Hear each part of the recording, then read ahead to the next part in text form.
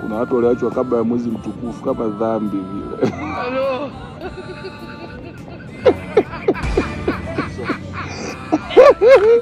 Yaani kabla ya Kwaresma, kabla ya Bazani, penzi likayayo.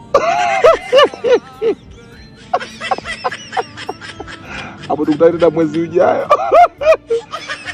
Hiyo bwana. Unatemwa kama dhambi.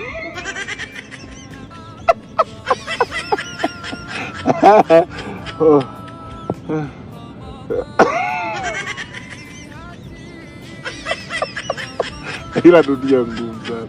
Hasa kwenye ulimwengu wa mapenzi. Mtu kabla ya Bazani unapigwa kibuti.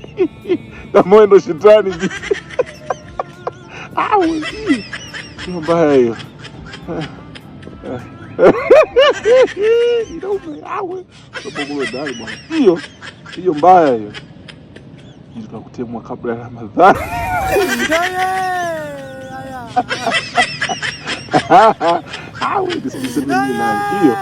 Hiyo mbaya hiyo.